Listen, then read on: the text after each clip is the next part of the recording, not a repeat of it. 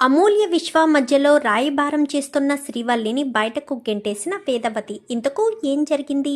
అసలు అమూల్య విశ్వ మధ్యలో రాయబారం చేస్తుంది శ్రీవల్లి అన్న విషయం వేదవతి ఎలా తెలుసుకుంది? ఇదంతా కూడా వీడియోలో చూసి తెలుసుకునేద్దాం. ఇల్లు ఇల్లాలు పిల్లలు అప్కమింగ్ ఎపిసోడ్స్లో ఏం జరగబోతుందో ముందుగా తెలుసుకోవాలి అనుకుంటే వీడియోని లైక్ చేసి ఛానల్ని సబ్స్క్రైబ్ చేసుకోండి. మొత్తం మీరు చూసుకున్నట్లయితే ఇంకా వీళ్ళిద్దరూ అంటే ఇటు భాగ్యం ఆనందరావు ఇద్దరూ ప్లాన్ చేసుకుని మరీ ఇంటికి వస్తారు. ఎందుకోసం? 25 లక్షలు అడగడానికి. వాళ్లకు తిండికి దికానలేదు కానీ 25 లక్షల రూపాయలు అప్పు చేసేస్తారు. ఏదో రకంగా మసిపూసి మారేడుకాయ చేసి రామరాజు మనసును మార్చి 25 లక్షలు తీసుకెళ్ళి అప్పులు వాళ్ళకిచ్చి అప్పులు తీర్చుకోవాలి అన్నది వాళ్ళ ఒపీనియన్. కానీ ఇంటికి వస్తారు. ఇంటికి వచ్చిన తర్వాత మా మామయ్య గారిని అడిగితే అంత ఇవ్వకపోవచ్చు అని చెప్పనేసరికి మా అత్తయ్య గారిని అడగండి ఖచ్చితంగా ఇస్తారనగానే నిజంగా మీ అత్తగారు ఇస్తుందా? మీ అత్తగారిని అడిగితే మా అత్తయ్య మా మామయ్యని ఒప్పించేస్తుంది అనగానే మీ అత్తగారికి వాళ్ళిద్దరంటే ఎక్కువ ఇష్టం కదా అనగానే మొన్న ధీరజ్ విషయంలో నేను హెల్ప్ చేశానులే, అప్పటి నుంచి నా మీద కొంచెం మంచి ఒపీనియన్ వచ్చింది అని చెప్పి వల్లి కాస్త చెప్పి లోపలికి వస్తుంది. ఏమడగాలి ఎలా అడగాలి అనగానే లోపలికి వచ్చి మొత్తం ప్లాన్ మొత్తం చెప్పుకుంటారు ముగ్గురు కూడా. ఈ మాటలు కాస్త ఎవరైతే వింటే వీళ్ళకి ఇబ్బంది కలుగుతుందో వాళ్ళే వినేస్తారు.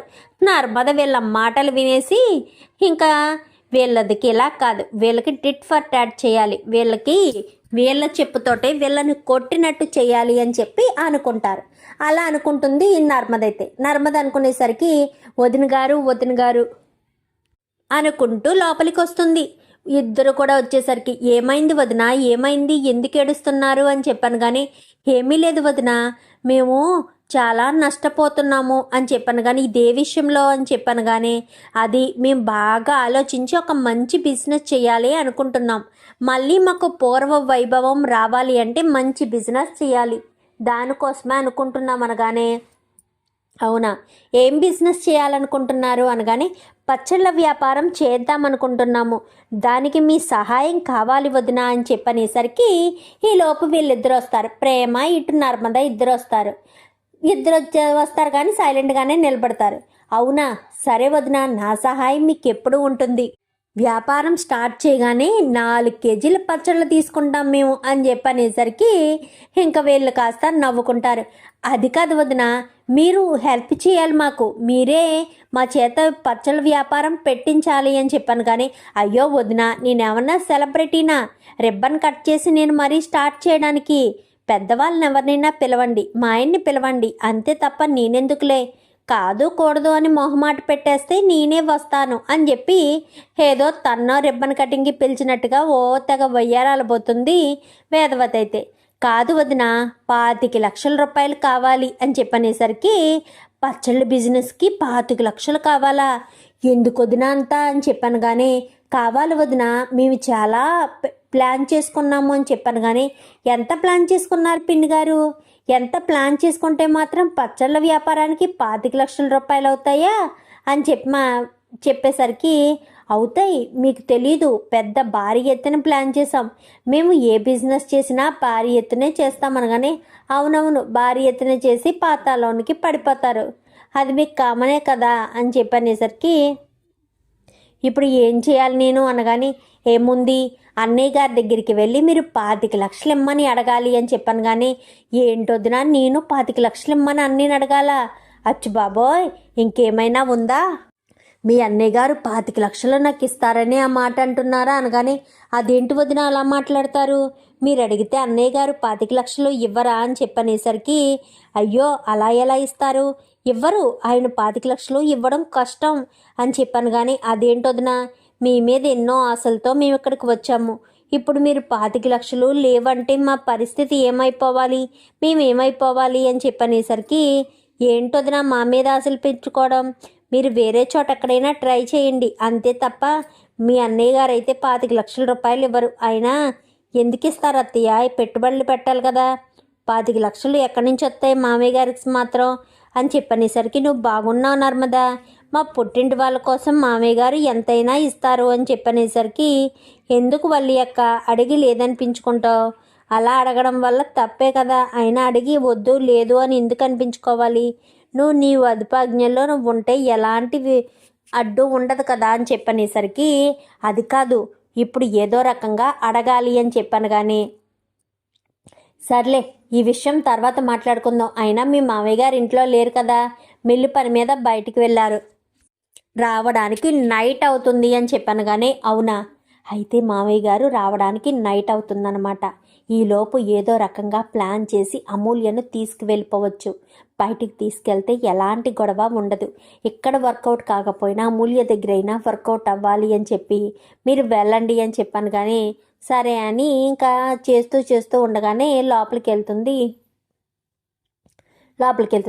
వెళ్ళేసరికి ఇంకా ఏం చేస్తున్నావు అమూల్య అని చెప్పాను కానీ, ఏమీ లేదు వదిన చదువుకుంటున్నాను అని చెప్పనేసరికి, అవునా రా మన ఇద్దరం అలా షాప్ దగ్గరికి వెళ్ళి డ్రింక్ తాగేసి వద్దామని కానీ, ఏంటొద్దునా ఈ మధ్య ఎక్కడికి వెళ్ళినా నన్ను నీతో పాటు రమ్మని అంటున్నావు, ఇంతకుముందు అలా ఎప్పుడు అనేదానివి కాదు కదా, ఈ మధ్య ఏంటో బాగా ఎక్కువగా నాతో పాటు తిరుగుతున్నావు, ఎందుకో మరి అర్థం కావట్లేదు అనగానే, అచ్చి బాబోయ్ అలా అంటావేంటి, నాకు ఇంట్లో ఎవరైనా ప్రేమగా చూసుకునే వాళ్ళు ఉన్నారంటే అది నువ్వే మాత్రమే, ఇంకెవరూ నన్ను చూసుకోరు, ఆ నర్మదా ప్రేమ ఇద్దరు ఒకటే జోడి, నాతో ఎందుకు సపోర్ట్ చేస్తారు వాళ్ళేమో నాకు సపోర్ట్ చెయ్యరాయే, ఇంకా నేను ఎవరితో మాట్లాడాలి, నువ్వా చాలా మంచిదానివి, మీ అక్క కామాక్షియ కైకేయమంటూ ఉంటుంది ఎప్పుడు కూడాను, ఏమేమి ఇక్కడి నుంచి తోచుకోవాలా అని చూస్తుంది అని చెప్పాను కానీ, అవును మా అక్కకు చిన్నప్పటి నుంచి అదే ఆశ అని చెప్పనేసరికి,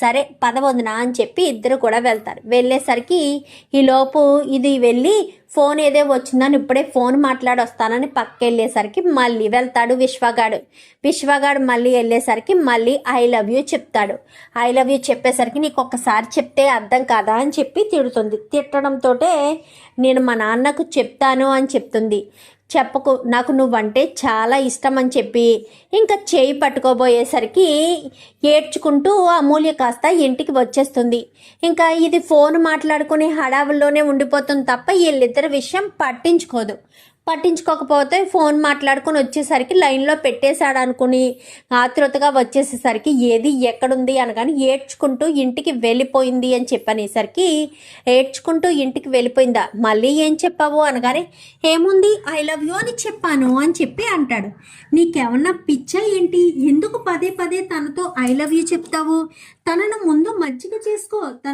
మజ్జిగ చేసుకుని నీతో పాటు స్నేహం చేసేటట్టు చేసుకుని ఆ తర్వాత కదా ఐ లవ్ యూ చెప్పాలి, ముందే నువ్వు ఐ లవ్ యూ చెప్పేస్తే ఏంటి అర్థం, అసలు నువ్వేం చెయ్యాలనుకుంటున్నావో నీకేమన్నా అర్థమవుతుందా, ఏ తాడి చెట్ల పెరగడం అయితే పెరగవు కానీ బ్రెయిన్ మాత్రం కొంచెం కూడా పని చేయట్లేదు, ప్రేమించిన అమ్మాయి ముందు చెప్పే పద్ధతి ఇదేనా అని చెప్పనేసరికి, ఏమో నాకేం తెలుసు, నాకు ఇలాగే తెలుసు అని చెప్పాను కానీ, ఇలాగే తెలిస్తే ఎప్పటికీ అమూల్య నీ వలలో పడదు, నిన్ను ప్రేమించదు, అది మాత్రం ఖాయమని చెప్పి అక్కడి నుంచి కాస్త ఇంటికి వస్తుంది వల్లి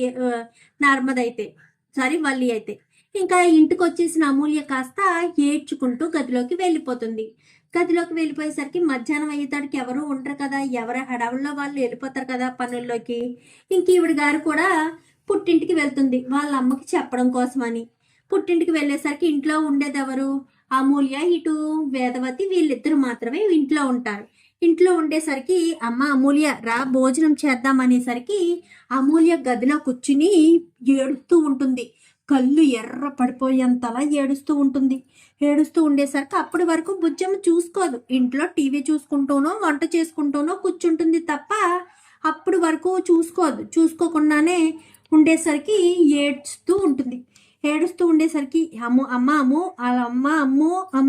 అమ్మాయి చిన్నమ్మాయి అని పిలుచుకుంటూ వెళ్ళేసరికి మోకాల మీద తల పెట్టుకుని ఏడుస్తూ ఉంటుంది అమూల్యను అలా చూసిన వేదవతి కాస్త, అమ్మ చిన్నమ్మాయి ఏమైంది, ఎందుకు ఏడుస్తున్నావు, ఏం జరిగింది అని చెప్పనేసరికి, ఏం జరిగిందా, నన్ను ప్రతిసారి కూడా విశ్వ ఐ లవ్ యూ చెప్తూ ఇరిటేషన్ చేస్తున్నాడమ్మా అని చెప్పనేసరికి, ఏం మాట్లాడుతున్నావే, నీకు విశ్వ ఐ లవ్ యూ చెప్పడం ఏంటి అనగానే, అదే అర్థం కావట్లేదు, విశ్వ అస్తమాను నాకు దగ్గరికి వస్తున్నాడు అనగానే, విశ్వ నువ్వుండే చోటకి ఎందుకు వస్తాడు, అయినా నువ్వు ఇంట్లోంచి బయటికి వెళ్ళావు కదా, మరి నువ్వెందుకు విశ్వ ఉండే దగ్గరికి వెళ్తున్నావు అనగానే, నేనెక్కడ వెళ్తున్నాను, వల్లి వదిన తీసుకువెళ్తుంది అని చెప్పనేసరికి, ఏంటి వల్లి తీసుకెళ్తుందా అనగానే, అవునమ్మా, ఈ మధ్య వల్లి వదిన నాతో ఎక్కువగా మాట్లాడుతుంది. ఎక్కువగా మాట్లాడటమే కాదు, అస్తమాను బయటకు తీసుకెళ్తుంది. ఏదో వంకతో బయటకు తీసుకెళ్తుంది. తీసుకెళ్ళింది కాస్త పక్కకి వెళ్ళిపోయి పక్కన ఫోన్ మాట్లాడుకోవడమో ఏదో ఒకటి చేస్తుంది. ఈ లోప విశ్వగాడు వస్తున్నాడు. విశ్వగాడు వచ్చి విశ్వ నాతో మాట్లాడి, మొన్న గుడికి వెళ్ళినప్పుడు అలాగే చేసింది, ఈ రోజు షాప్ దగ్గరికి తీసుకెళ్ళి కూడా అలాగే చేసింది. తను మాత్రం పక్కకి వెళ్ళిపోతుంది. తను ఇలా వెళ్ళిపోవడంతో విశ్వ వస్తున్నాడు. విశ్వ వచ్చి నాతో మాట్లాడుతున్నాడు అని చెప్పనేసరికి, ఇదంతా చూస్తుంటే నన్ను కావాలనే ఇంట్లోంచి బయటకు తీసుకెళ్లేది వల్లి వదిన అని అనిపిస్తుంది. విశ్వతో కావాలనే కలపాలని అనుకుంటుందేమో. ఎందుకో ఈ మధ్య వాళ్ళిద్దరూ ఎక్కువగా మాట్లాడుకుంటున్నారు. పెద్దమ్మను వల్లి అక్క ఇద్దరు వల్లి వదిన సైగలు చేసుకుంటున్నారమ్మా.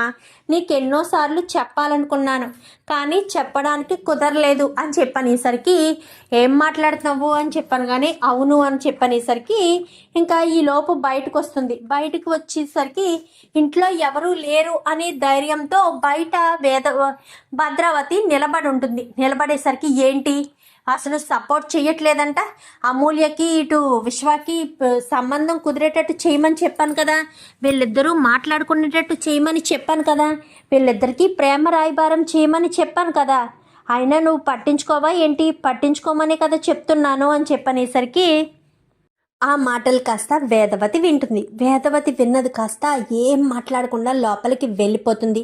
వెళ్ళిపోయేసరికి, అమ్మ అమూల్య అని చెప్పాను. కానీ నాకు చాలా భయంగా ఉందమ్మా. నాన్నకు నేను అన్యాయం చేయలేను, వాడు నన్ను ఏం చేస్తాడేమోనని భయం వేస్తుందమ్మా. ప్రతిసారి ఐ లవ్ యూ అని చెప్తున్నాడమ్మా అని చెప్పనేసరికి, నువ్వేం బాధపడకు, భయపడకు, నేను ఉన్నాను కదా, ఈ అమ్మను ఉన్నాను, నువ్వు టెన్షన్ పడకు అని చెప్పి అమూల్యకు కాస్త ధైర్యం చెప్తుంది. ధైర్యం చెప్పి ఇంకా హాల్లో కూర్చుని, సో హాల్లోని అది ఉంటుంది కదా ఉయ్యాల దగ్గర కూర్చుంటుంది. కూర్చుని ఉయ్యాలు ఊగుతూ ఉంటుంది. ఈవిడ గారు వచ్చేసరికి, ఎవరు వల్లి వచ్చేసరికి, ఏంటి అత్తయ్య గారు ఎప్పుడూ లేనిది ఇంతలా కూర్చుని ఊగుతున్నారు అని చెప్పి అనుకుంటూ ఉండగానే లోపలికి వచ్చేస్తుంది. వచ్చేసేసరికి, ఇలా రా అని చెప్పనగానే, ఇలా రావాలా అని చెప్పి అనుకుంటుండేసరికి దగ్గరికి వచ్చేసరికి పక్కన అమూల్య కూర్చుని ఉంటుంది. అమూల్య కూర్చుని ఉండేసరికి, ఇదేంటి ఈ పిల్ల ఎక్కడ కూర్చుంది, ఈ పిల్ల ఏం చేయడానికి కూర్చుంది అని చెప్పి అనుకుంటూ ఉంటుంది. అనుకుంటూ ఉండేసరికి, ఎక్కడికి వెళ్ళావు అని చెప్పాను. కానీ అది అత్తయ్య అని చెప్పనేసరికి, చెప్పు ఎక్కడికి వెళ్ళావు అని చెప్పాను. కానీ అది బయటికి వెళ్ళాను అత్తయ్య అని చెప్పనేసరికి, బయటకా ఎక్కడికి, విశ్వకిని ఇటు అమూల్యకి ప్రేమ రాయబారం జత చేయడానికి వెళ్ళావా అని చెప్పాను. కానీ ఒక్కసారిగా షాక్ అయిపోతుంది. అది అత్తయ్య, రాయబారం ఏంటత్తయ్య, నేనేం చేశాను అని చెప్పాను. కానీ ఏం చేసావా అంటూ కుర్చీలోంచి కాదే ఉయ్యాల్లోంచి కాస్త లేచి నిలబడి చెంప పగలగొడుతుంది. అసలు ఏమనుకుంటున్నావే, ఏమనుకుంటున్నావు, నువ్వు ఏం చేసినా కానీ నోరు మూసుకుని ఊరుకుంటున్నానని నాకేం తెలియదు అనుకుంటున్నావా, నువ్వు మా అక్కతో కలిసి ఏం మాట్లాడావో నేనంతా విన్నాను. మా అక్క వాళ్ళు నీకు 10 లక్షలు ఇచ్చిన విషయము తెలిసింది. ఆ విశ్వగాడికి మా అమూల్యకి కలిసి జత చేసి ప్రేమ రాయబారం చేసి మా అమూల్య జీవితాన్ని నాశనం చేయాలనుకుంటున్నావా? ఆ ఇంటి నుంచి ఈ ఇంటికి వచ్చిన ఆడపిల్లలు సంతోషంగానే ఉంటారే, నా కూతుర్ని వాళ్ళు కావాలనే ఆ ఇంటి కోడల్ని చేసుకోవడానికి ప్లాన్ చేశారు. ఎందుకంటే నా భర్తను గత 25 సంవత్సరాల నుంచి కూడా వాళ్ళు అవమానించడానికి చూస్తూనే ఉన్నారు. అవకాశం కుదిరినప్పుడల్లా నా బిడ్డలని నా కోడలని అందరినీ అవమానిస్తూనే ఉన్నారు. అలాంటిది వాళ్ళు మారారు అంటే నేనెలా నమ్ముతాను? వాళ్ళేంటో వాళ్ళ మనస్తత్వం ఏంటో నాకు తెలీదా? వాళ్ళు ఎలాంటి వాళ్ళో నాకు తెలీదా? నువ్వు వాళ్ళ మాయ మాటలు నమ్మి నా కూతుర్ని ఆ ఇంటికి కోడల్ని చేద్దామనుకుంటున్నావా? అసలు నువ్వెంత, నీ ఇంట్లో నీ స్థానం ఎంత? కోడలివి కోడల్లా చెప్పిన పని చేసుకుని వెళ్ళిపోవాలే తప్ప తలకి మోసిన భారాలు నెత్తికెక్కించుకోకూడదు. 10 లక్షలు ఇస్తే బుద్ధి గడ్డ తింటావా? అంటే నా కూతుర్ని 10 లక్షలకి వాళ్ళకి అమ్మేస్తున్నావా? నా కూతురు బంగారు భవిష్యత్తుని 10 లక్షలకి వాళ్ళ ఇంట్లో తాకట్టు పెట్టేస్తావా?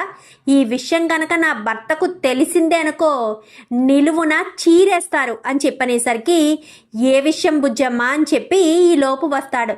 నాన్న అంటూ వెళ్ళి పట్టుకుంటుంది. ఏమైంది అమూల్య అని చెప్పనగానే మొత్తం విషయం చెప్పుకొచ్చేస్తుంది. చెప్పేసేసరికి ఒక్కసారిగా రామరాజుకి కోపం వచ్చి గబగబా వచ్చి వల్లి మీద చెయ్యెత్తుతాడు. చిచ్చి, ఇంటి కోడల్ని కొట్టానన్న అపకీర్తి నాకొద్దు అనగానే మీరెందుకండి ఈ చేసుకోవడం? దీన్నెందుకు ఇంట్లో ఉండనివ్వడం? మెడపట్టి బయటకు గెంటేస్తే ఎవరూ మనల్ని ప్రశ్నించడానికి సరిపోరు. ఇది ఇంటి కోడలుగా ఉండడానికి వచ్చింది. మన కూతురు జీవితాన్ని నాశనం చేస్తూ ఉంటే చూస్తూ మనం ఎలా ఊరుకోవాలి అని చెప్పి ఇంకా భద్రావతి కాస్త మెడ పట్టుకునేసరికి, అత్తయ్య ప్లీజ్ అత్తయ్య, తప్పైపోయింది అత్తయ్య, ఇంకెప్పుడు ఇలాంటి తప్పు చేయనత్తయ్య అనగానే, మీకు డబ్బులు అవసరమైతే మీ అమ్మ మీ నాన్న అడుక్కు తిని బ్రతకండే. నా కూతురు జీవితాన్ని నాశనం చేయవలసిన అవసరం ఏంటి? నా కూతురి భవిష్యత్తును నాశనం చేయవలసిన అవసరం ఏంటి? మీ అమ్మ ఎప్పటికప్పుడు మోసం పూరిత మాటలు చెప్తూనే ఉంది. అన్నీ చెప్పినవన్నీ వింటూ ఉన్నాను కదా తింగరదాన్ని, నాకేం తెలియదు అనుకుంటున్నావా? మొదటి నుంచి మీకు ఏ ఆస్తి లేదన్న విషయం మాకు తెలిసే మేమిద్దరం సైలెంట్గా ఉన్నాము. నా భర్తకు ఆ విషయం తెలుసు, నాకు ఆ విషయం తెలుసు. అయినా సరే ఎందుకులే, చందు బాధపడతాడు, పెద్దోడు అసలే అమాయకుడు, పెళ్ళి కాక అయ్యింది. పెళ్ళైన భార్య ఎలా మోసం చేసి మరీ తన జీవితంలోకి వచ్చిందంటే జీవితాంతకాలం వాడు ఇబ్బంది పడతాడు అన్న ఉద్దేశంతోనే నేను సైలెంట్గా ఉన్నాను. మా అక్క దగ్గర తీసుకున్న 10 లక్షలు మీరు ఎవరికి ఇచ్చారో చెప్పనా? నా కొడుక్కి ఇచ్చారు. ఎందుకు ఇచ్చారో చెప్పమా? పెళ్ళికి ముందే నువ్వు మా కొడుకుని అడిగి ఆ సేటు దగ్గర అప్పు చేసి 10 లక్షలు తీసుకున్నావు కాబట్టి ఆ అప్పు తీర్చడం కోసం శతవిధాల ప్రయత్నాలు చేసి మా అక్క నీకు 10 లక్షల ఆశ చూపించేసరికి మేము నా కూతురి జీవితాన్ని వాళ్ళ ఇంట్లో తాకట్టు పెట్టావు. డబ్బులు ఇచ్చిన సంగతి తెలుసు, ఎందుకు ఇచ్చిందో ఏంటో మాకు అర్థం కాలేదు. నాకు ఇందాక నువ్వు మాట్లాడినప్పుడు అర్థమైంది, అమూల్య చెప్పినప్పుడు క్లారిటీగా అర్థమైంది. ఓహో, అప్పుడు మా అక్క ఇచ్చిన 10 లక్షలు ఇందుకోసమే ఇచ్చిందన్నమాట అని చెప్పి అప్పుడు అనుకున్నాను. అయినా నిన్ను ఇంట్లో ఉంచడం అంత మంచిది కాదే.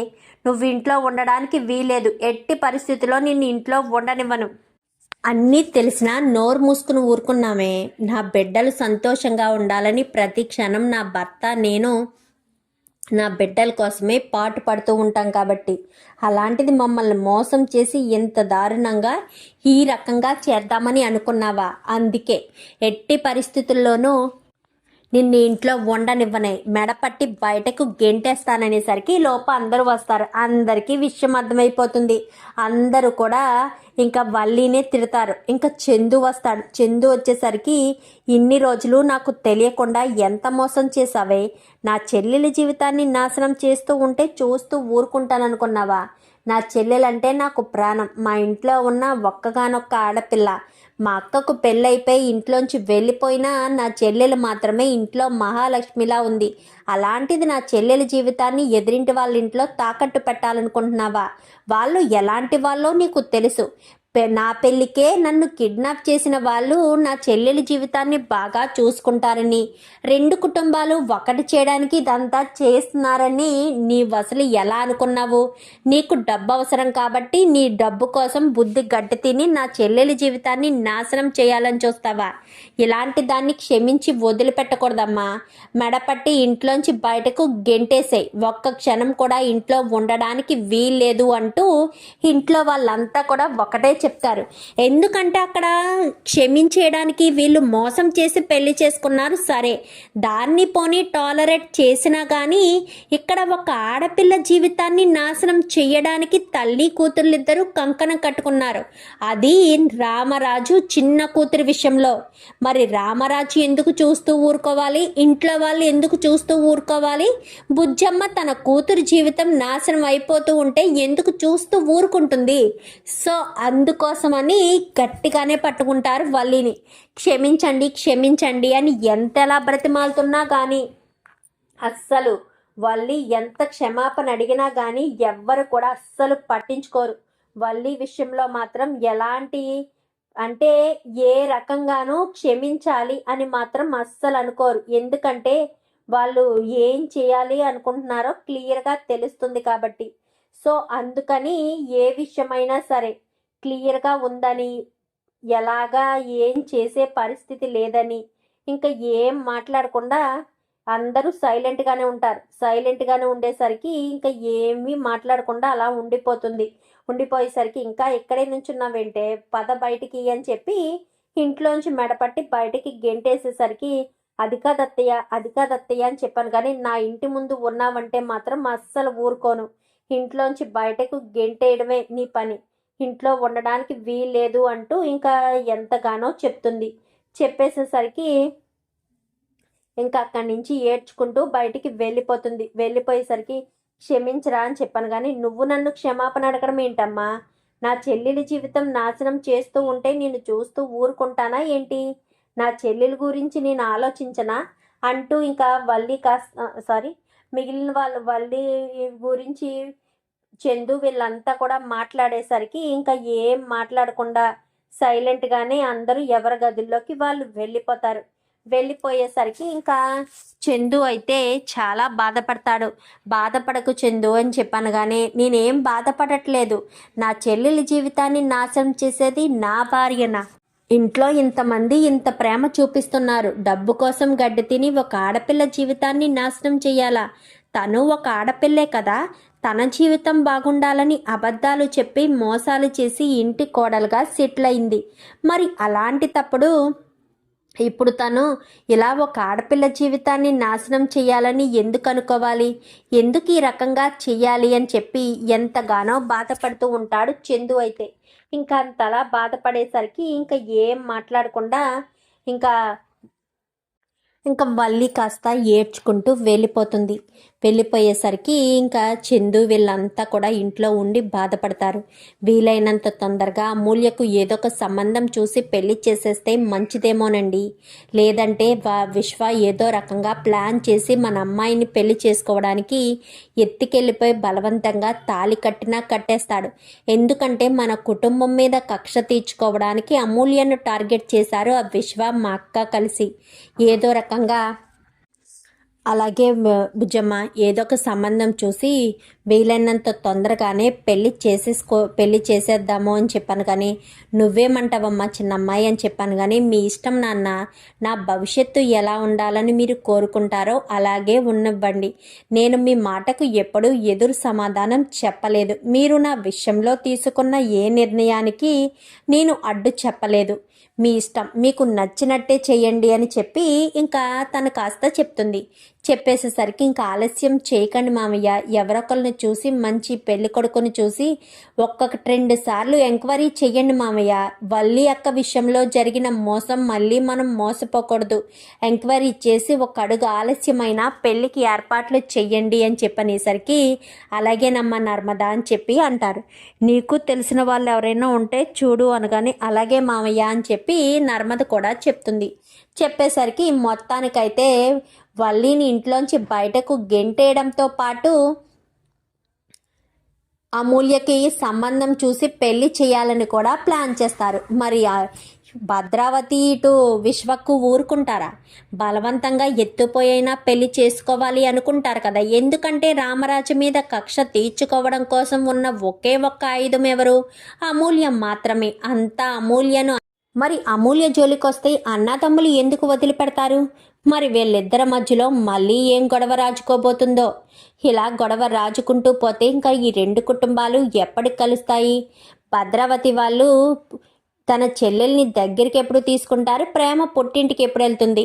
ఇదంతా కూడా రాబోయే ఎపిసోడ్స్లో చూసి తెలుసుకునేద్దాం. మా వీడియో కనుక మీకు నచ్చినట్లయితే వెంటనే లైక్ చేసి మా ఛానల్ని సబ్స్క్రైబ్ చేసుకుని పక్కనే ఉన్న బెల్ సింబల్లో ఆల్ పై క్లిక్ చేయండి. Thank you for watching.